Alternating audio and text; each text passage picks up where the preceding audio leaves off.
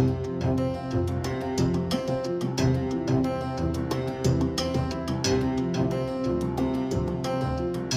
everybody, and welcome to Trendlines, a podcast on global affairs brought to you by World Politics Review.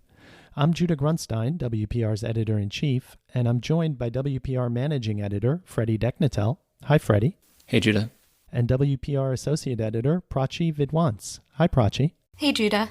We'll be talking about things we previously took for granted or didn't sufficiently appreciate or might not even have known that the coronavirus pandemic has brought into sharper focus. Before we get started, just a quick reminder for everyone listening that the interview episode of the podcast went live Wednesday. Elliot spoke with Robin Metcalf about what the COVID-19 pandemic is revealing about the resilience of global food supply chains. Freddy, Prachi, it seems like we're almost in a holding pattern this week in terms of real developments in the pandemic. It's still watching and waiting, watching the curves, waiting to see them flatten and hopefully start descending. Some of the debates are beginning in terms of what to look for reopening economies and relaxing social distancing measures. But for the most part, it seems like we're in a week where, besides some fluctuations in the curves, as I said, it's a holding pattern. And so it seems like a good time to look back a little bit on this past couple months. It's been a couple months where we've all been forced to learn on the fly about things like epidemiology and global health governance and healthcare systems and all sorts of things. But I thought that today we could talk about the things that were present in terms of the international order or national policymaking or domestic politics or things like that, that were all there before, but that it took the pandemic to really highlight or underscore for us and make us really appreciate those things or things that we might not have even really been aware of. So having said that, Freddy, why don't I kick it over to you, and what comes to your mind when you think about things the last few months from that perspective? I think, at the broadest level, and then I'll make it a little more specific, it's just the lack of planning overall. And, there have been specific things, in regards to the Trump administration in particular, that, they were downplaying the threat. But beyond that, it isn't like the threat of a pandemic came out of nowhere. It's always sort of been there in the background, at least in the United States, going back to Obama and George W. Bush and before that as well, that there was sort of, warnings that this could happen. We know from history, the 1918 pandemic, how devastating that was. And then also, smaller ones that still killed tens of thousands of people in the U.S. In the 50s and I believe in the 1970s. And just the lack of sort of contingency planning from the government, from the federal government in particular, when we contrast it with the military, for example. We have a fair amount of, coverage of military affairs. And one thing that always comes through, and part of this is just the reality of, at least in the U.S., of the Pentagon having such a large budget. They can afford really to spend on anything. And so they have intricate war games and all kinds of contingency planning and preparation. I'm thinking in particular of, there was a story a few weeks ago in The Nation. Someone had leaked to them, a 2017 plan that warned about basically exactly the things that we're seeing with COVID-19, about a shortage of ventilators and other medical supplies. And on the one hand, it seemed like, this was one of many signs that the Trump administration was not heeding warnings. And I think that that's part of the story. I think part of it that I read into as well is that I'm sure the Pentagon had many of these plans over the last several years, and probably going back, to the Obama and Bush administrations, because the Pentagon does these things. And I think that to me is the surprising thing that, we've seen, whether it's the distribution of ventilators from the national stockpile or this, back and forth with Trump blaming governors for not procuring their own supplies, just the failure of the federal government to have planned for something like this? Because again, it's not a surprise. We knew that something like this could come. I think I disagree with with the idea that there was no planning. I think in a lot of ways it wasn't followed, and a lot of the plans were a lot of dust gathered on them over the years. I think your point is really well taken about the military in terms of the budget they have, but it's also, when you think of the military, it's the one federal agency that really has basically an excess of labor. In terms of troops that most of the time are not doing their intended job, or the job that they're there for, which is fighting wars, right? So they do have more of an ability to conduct these massive exercises, to really keep all the gears greased. And I think when it comes to this kind of contingency, as you said, governments around the world, it's not like it wasn't something that was on their radar. In an interview we did with Bruce Mann, who was in charge of the UK's disaster response planning at one point in the past, he said that for governments around the world, this is on one of the top priority lists of contingency planning. I think a few things are that for this sort of thing, you can't ever really do more than a tabletop exercise in terms of having a written plan. You can't sort of put everyone in quarantine or in lockdown as an exercise around the country, or really in a city, very, very realistically or practically. And so there's that. I think another thing that we see with regard to the Trump administration in particular is the way in which they hollowed out the government bureaucracy and the government administration, to the point where you really see how easy it is to lose institutional knowledge that, for instance, the Obama administration had from the Ebola pandemic response and some of the failures that happened there, which put it much higher on the priority list. So I think that it's the plans were there. They weren't kept very, very current. They weren't in the forefront of anyone's mind, and I think that part of that is just the difficulty of imagining something on this scale. But also there were these, SARS and MERS and swine flu, where there were these close calls or these pandemics that mobilized this kind of alert, but they never really played out. And so at that point, I think a lot of people in governments around the world might have thought it was the sort of thing that they could take for granted, not actually ever reaching a worst case scenario. Prachi, you had something you wanted to add? Yeah, I think what you mentioned about the difficulty of imagining this situation really strikes a chord, because some countries that have more recent experiences with pandemics, like South Korea, have had mechanisms in place for this kind of circumstance. Whereas in the US, where the situations with SARS and MERS didn't quite play out, surplus and contingency plans seem to be considered optional. I saw a headline today that said the era of small government is ending. I think there's this perception that when you need to make cuts, you can make them on these plans. And then, to some extent, we didn't really see this crisis coming. And I've been thinking about how the lack of forward planning is really visible in small governments, in local governments and state governments that don't necessarily have the supplies that they need to deal with a crisis of this scale. And in these moments, although governors and states are able to take actions independently of the federal government to some extent, without those surpluses of funding, they're really dependent on the national government to take a lead. So when you have those cuts at the federal level, there isn't necessarily a plan B in managing a crisis like this. And Freddy, just one last point in terms of this question of funding and budgeting and government cuts with regard to federal planning. it's true that, for instance, the contract to maintain the ventilators in the federal government's strategic stockpile was allowed to lapse. And so we saw a lot of these ventilators that the federal government was sending to the states show up out not in working order. So I think it's a mix of there being plans that no one paid attention to and this sort of fading off the radar, and the kind of current planning was not done, as you mentioned.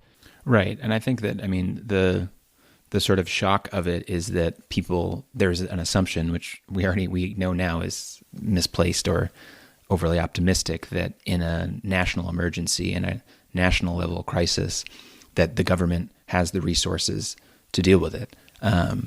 And that, I mean, one thing, FEMA, for example, the Trump administration has been trying to claim that FEMA's buying this and FEMA's buying that.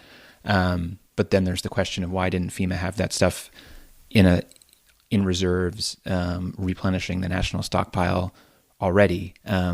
People pointed out, I mean, FEMA's funded by taxpayers, so it isn't like these organizations are starved for cash. Certainly, the Trump administration cut budgets for certain agencies and hollowed out a lot of parts of the federal government, as you mentioned. But I think that one sort of jarring realization is that even these vastly, still very well-funded parts of the government are not prepared. And the idea that FEMA is out buying, PPE and other medical supplies now at, jacked up prices, competing with states, competing with other countries, when the idea is, they had a budget for the last however many years.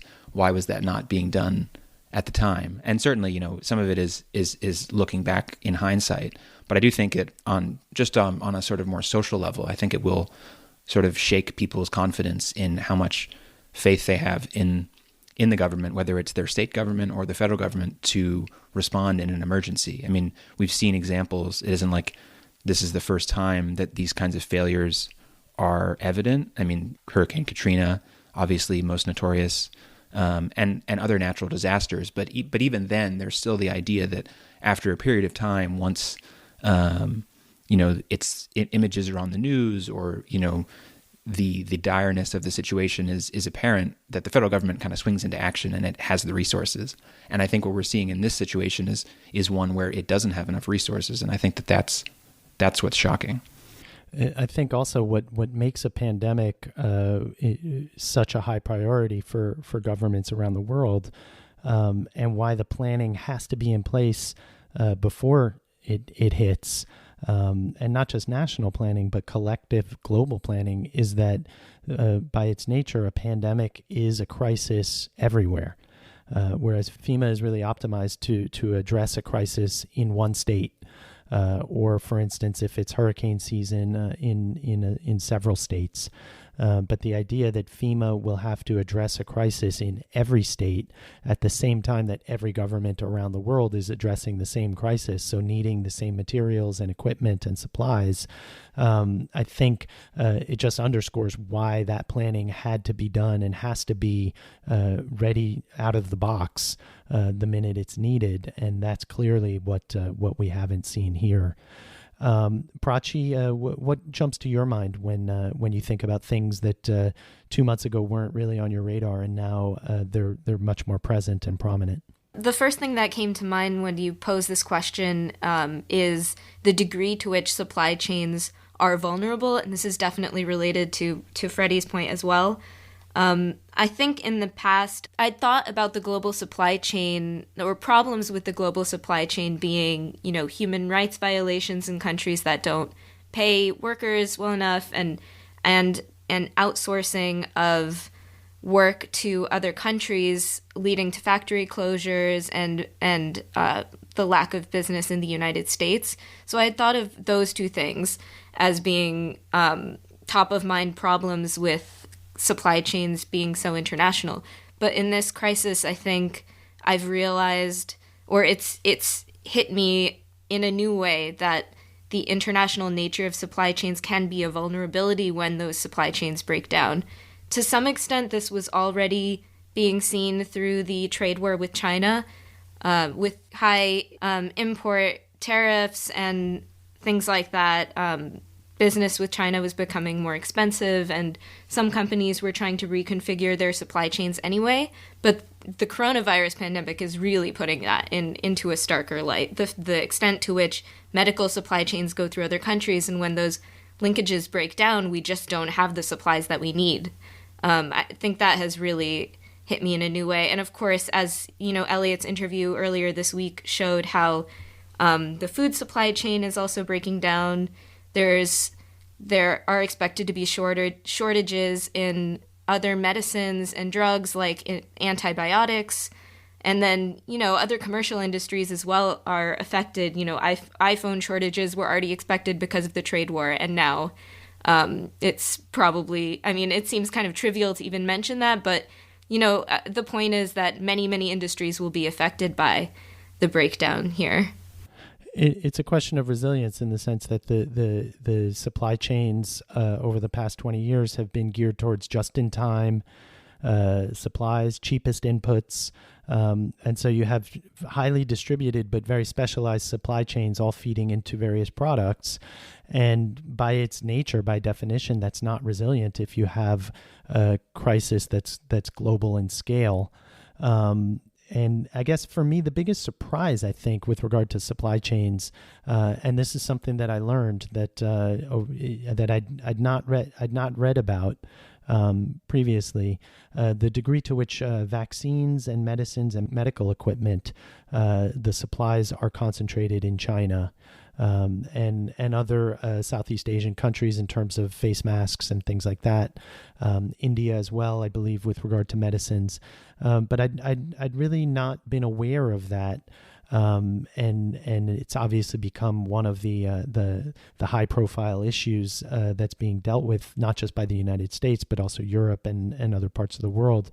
Freddie, there have been these a lot of articles, a lot of predictions that in the aftermath of the pandemic, we're going to see a second wave of deglobalization, and this idea of having to bring production of some of these supplies that will now be seen as national security interests, bringing them closer to home or bringing them back home.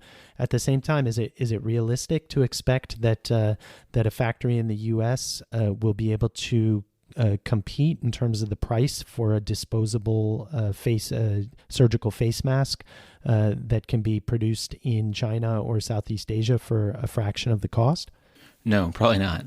And I think that, I mean, certainly we've already seen from Peter Navarro, Trump's, hawkish trade advisor, and other, like-minded people either advising Trump or supporting him, that they would like to see that, and that they're sort of trying to capitalize on this pandemic to push that argument that global supply chains are inherently bad for the U.S. I mean, their argument is more of an economic one, but I think that there are legitimate questions to be asked about the vulnerability of supply chains and how having these very integrated and globalized markets can be a vulnerability at times like this.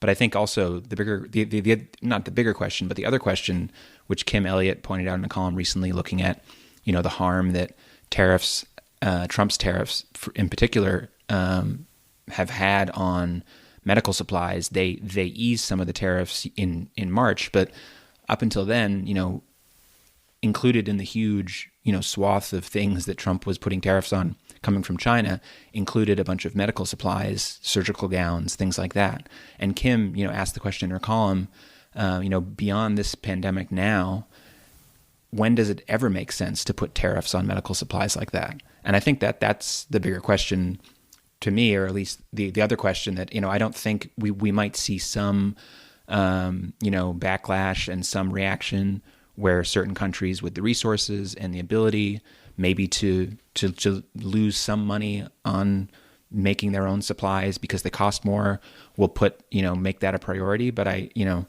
there's a reason why a lot of things aren't made in the United States anymore, and why they're made in China and factories in Southeast Asia, just because the costs are much lower. And I think that the question in terms of a policy thing is, why are you putting tariffs on things that you're importing from China that are needed medical supplies? And I think that we'll see how this unfolds, but I thought that was a pretty interesting point from Kim, looking past the question of should the U.S. just be making all of these supplies themselves, which I don't necessarily think we're ever going to get to a point where that will be a reality, just given the way manufacturing is structured today. In other words, we can expect Brooks Brothers to go back to making high-end suits and shirts once the pandemic is over. In France, it's Louis Vuitton. There's also this issue too of jumping to conclusions and making decisions based on a once in a century or once every couple generations event. The idea that it is a crisis, it is realistic, that we have to plan for it, but not necessarily the sort of thing that should radically restructure the way in which we live our lives and the way in which the global economy is structured. If in reality it's something that we can expect to happen pretty infrequently. It's one of those high risk, low probability events that there should be contingency planning, there should be stockpiles, and there should be the ability to address it. But I'm not sure necessarily that it's wise to base planning or rather to structure radical changes in everyday life based on this kind of crisis. Prachi? I think that's such a good point, and I also, it comes to mind that some of the interconnectedness can be a benefit. The increase in the delivery industry and shipping industry has connected different parts of the world, to the detriment of the environment. But in the start of this crisis, when people started avoiding stores, deliveries became so important to deliver even essential supplies. And that infrastructure exists to an extent because the world has become so interconnected. And I could see it being valuable if states do decide to cooperate and share supplies among themselves. The strength of that infrastructure, the existence of it, the growth of it could be an asset at this time. Yeah, absolutely. In terms of, especially if there were, if the collective response kicks in, then it's going to be absolutely necessary to distribute the labor, distribute the expertise, and then pool it afterwards to allocate it where it needs to be. And I think that we're still at a point in the crisis where we still haven't seen any real collective response. It's all been either bilateral or national. And I think that when there is some sort of collective response, that all the things that were strengths before the pandemic that might look like weaknesses in this first period, this first phase, will once again prove to be strengths. I guess for me, just the thing that this pandemic and this crisis has really underscored is the degree to which in the Western democracies, by which I mean the United States, Europe, I include South Korea, Japan, or even the developed economies, to make it even broader, the degree to which hubris has just infiltrated the way in which we look at the world and our place in the world and our role in the world. This idea that it couldn't happen here, that we'd always have enough, that we'll always have a solution to a technical or a medical problem. The idea that healthcare systems could be overwhelmed in a country like Italy. When it first happened, people questioned the Italian medical system, and then people said, no, actually the Italian medical system is really pretty solid. And still in France, it took a long time before they locked down, and in the UK and in the rest of Europe and the US. And I think that the kinds of tragic scenes that we're witnessing in hospitals in New York and other parts of the U.S. and in the UK and France and Spain and Italy, those are images that we never associated with the West. Maybe in a crisis like a hurricane or 9/11, but not something like this, not a disease, because we have the medical system to respond to it. And then also this hubris that if it did hit, we'd respond effectively. And there really isn't any country, with possibly the exception of Germany and South Korea at this point, that can really pat itself on the back in terms of the effectiveness of their response. So I think for me, that's the big thing, the degree to which this has put into the spotlight the hubris that we lived with, and I think it's why it's such a humbling moment for Americans and Europeans. Yeah, and it's a hubris, in the face of, looming disaster that you can see on the horizon or in the country next door, and something that we mentioned on a recent podcast, that the way this is unfolded, whether we're in the U.S. or in the U.K., we've been able to see a month into the future effectively by looking at China or by looking at Italy, and yet there's still been this hubris that it won't happen like that here, or it won't be that bad. I mean, we're still seeing that in the U.S. in parts of the country where there have been protests. Michigan, for example, this week, pushing back against the lockdown restrictions, some of which, are against specific elements of those lockdowns, but others are just completely, claiming that the COVID-19 is not a risk, that this whole thing is just hype. Even though, by all indications, the virus has spread across the United States, and it's just a question of certain states where it hasn't hit as badly. According to all projections, it might not be New York there, but they're still going to feel the effects. And I think that is really hard it's surreal in a way, because we sort of know what's coming, and yet there's still this denialism. Prachi, in terms of the U.S. and Europe's role in the world and relationship to the developing world, there obviously there's a history of colonialism and post-colonialism and neo-colonialism, a lot of arrogance, a lot of a patronizing approach. We've seen that in the past week or so with some of the calls to help the developing world, as if countries in Africa don't have the technical ability to address pandemics, which they have in West Africa, for instance, and elsewhere in South America. We've seen some pretty effective responses. So it seems like it must be a moment for the rest of the world to see the U.S. and Europe and the West writ large, its own hubris revealed. I can't imagine there's a satisfaction in it. But it seems like it's a moment where it sort of levels the playing field, not in terms of resources, but in terms of how challenged we all are to address a crisis like this.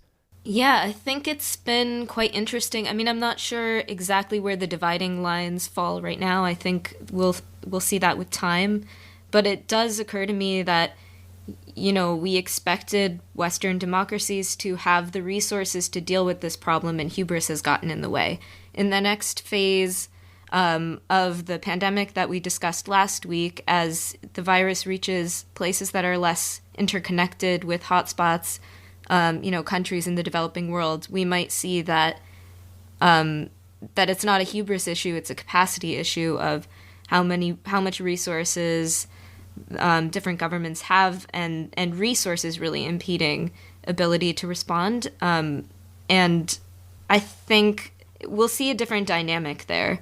But I definitely agree with you that many of these countries, like in West African countries, do have practices in place to deal with pandemics. So perhaps this capacity is built up better than we'll expect. I think time will tell. Another interesting divide that your comment brings up is that, there was this hubris in Western democracies, in democracies in general, that we'd be able to handle a crisis when it comes. But it's also, there's also a global decline in trust in democracy overall, and the ability of democracy to deliver services and goods quickly. And it's kind of interesting to see that despite global declines in faith in democracy, that this hubris, it still exists against all odds. I remember in the early part of the spread in Europe, when comparing it to, for instance, Western coverage of the Ebola pandemic in Western Africa and more recently in the Democratic Republic of Congo. And there's always been this focus on how traditional cultural practices have gotten in the way of effective responses to the pandemic. So, for instance, burial customs that actually fueled the spread of the virus. And I remember thinking to myself when I saw how difficult it was to get French people to stop going to cafe terraces and British people to stop going to pubs and things like that. I kept thinking, you'll never see this described as Western cultural practices that impede the ability to fight the pandemic, but essentially that's what it was. And I think that kind of that kind of hubris in terms of thinking that we could never do what we see going on elsewhere, or we can never be confronted with the kind of shortages that we see now, but that we're used to seeing elsewhere.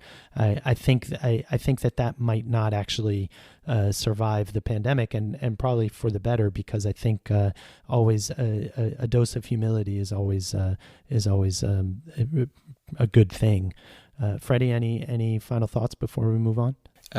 Just that reminds me of, a handful of sort of maybe trollish comments or op-eds that were written, when these lockdowns were going into place. I remember one from a conservative writer, I can't remember who, in the UK, lamenting, the shutdown of pubs and how this was basically like fundamentally an affront to Englishness. And it just reminds me of these ideas that, we've covered the Ebola outbreak pretty consistently, when it happened in 2014, and then in Congo, we had a really well-reported piece last year. And as you said, there were criticisms about, or there's a lot of coverage about, burial practices in Congo and other, things specific to Congo and its culture that get framed as this is why a disease like Ebola spreads there, because people aren't taking it seriously, or their cultural practices aren't helping contain the spread of the virus.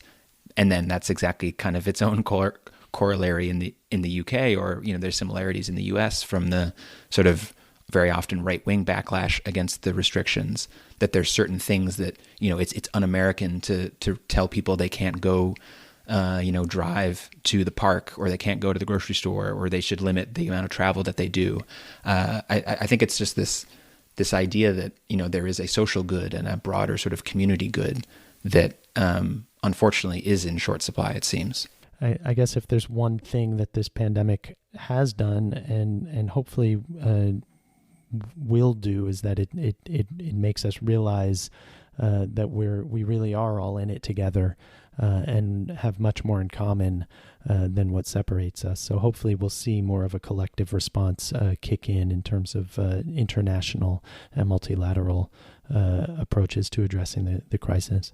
All right, time to flag some WPR articles for everyone listening. Freddy, which did you have in mind? I was going to mention Dalia Hatuka's briefing on the impact that COVID-19 is already having in the West Bank and Gaza. There have been some coverage and questions about how the pandemic may force some more cooperation between Israelis and Palestinians, given how close they all live together, and the risk that a spread of COVID-19 in Gaza, for example, or in the West Bank would pose to Israel, and vice versa. But Dalia quotes Tarek Bakouni, who is the International Crisis Group's analyst for Israel and Palestine, who sort of throws cold water on that idea and said that we shouldn't look at this kind of cooperation as a breakthrough. Instead, what's happening is the institutionalization of occupation and enforcement of a lockdown regime. And Prachi? I wanted to mention Morgan Meeker's feature this week, which is titled, "Our Government Sacrificing Privacy to Fight the Coronavirus Pandemic." So in this piece, she talks about contact tracing apps, which more and more governments are looking to as a way to identify people who might be spreading the coronavirus in public without realizing it. But as she explains, there are a lot of pros and cons. On the plus side, it is important to use any tools that could help public health in this situation.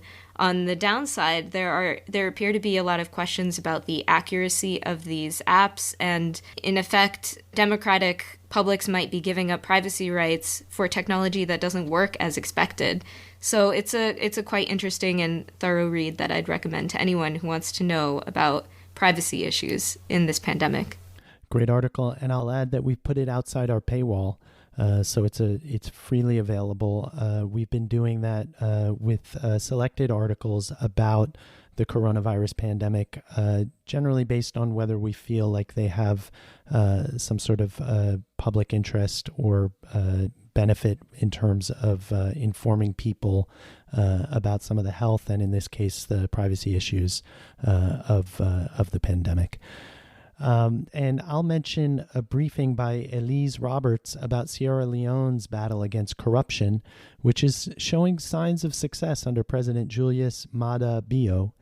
The country has had anti-corruption laws on the books since 2000, and some legal and technical revisions made to the law in 2008 gave it the statutory tools to really address the problem. But it wasn't until Bio's election in 2018 that it had the final ingredient for progress: political will.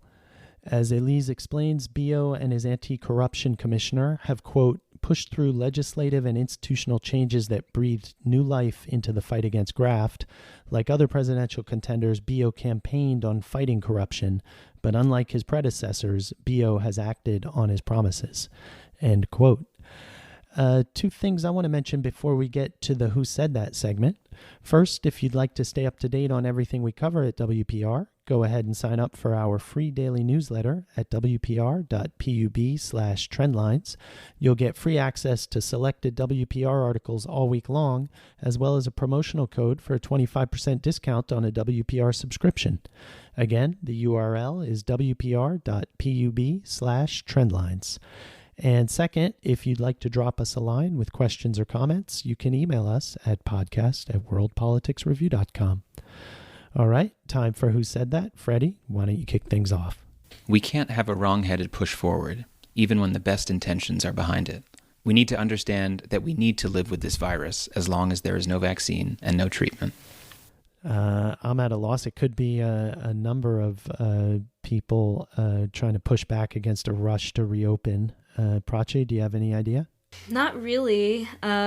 Maybe Angela Merkel? Yeah, that's right.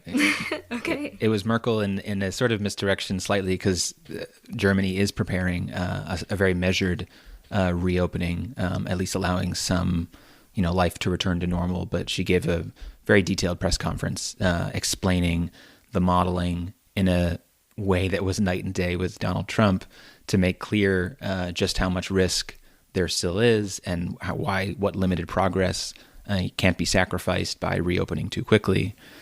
And Prachi, what do you got? Okay, here's the quote. The Constitution doesn't allow the federal government to become the ultimate regulator of our lives because they waive a doctor's note. Again, that could be a wide range of people, but probably someone pushing for a faster reopening. Freddie, do you have any idea? Yeah, I imagine it's someone, I maybe like a prominent Republican in the U.S., since there has been a rising chorus of pushback to these lockdowns. Man, I thought you might say that it was Andrew Cuomo, which would have been wrong. This was in response to President Trump saying that the presidency has ultimate power over governors and states. And it was said by Republican Senator Rand Paul, which I thought was interesting to see. I mean, it's not surprising given Republicans' stance on states' rights, but it was interesting to see Republicans calling Trump out for violating states' rights. It's interesting because Rand Paul is a libertarian, but he's also a doctor, if I'm not mistaken. So his positioning on the whole coronavirus is must be pretty complicated. It must be a complicated internal dialogue. Mm. All right, here goes mine. I'm going to blank out the reference to the country's inhabitants. Here it is.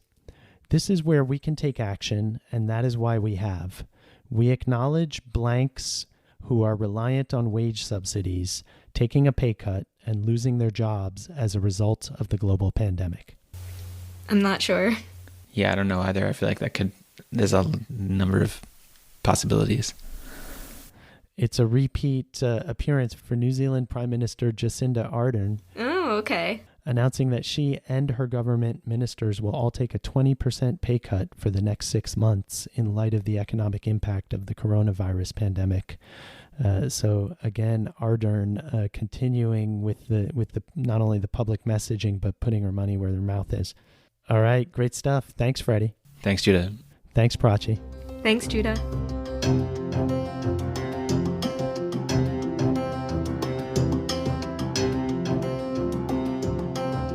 If you'd like to stay up to date on everything we cover at WPR, go ahead and sign up for our daily newsletter at wpr.pub/trendlines.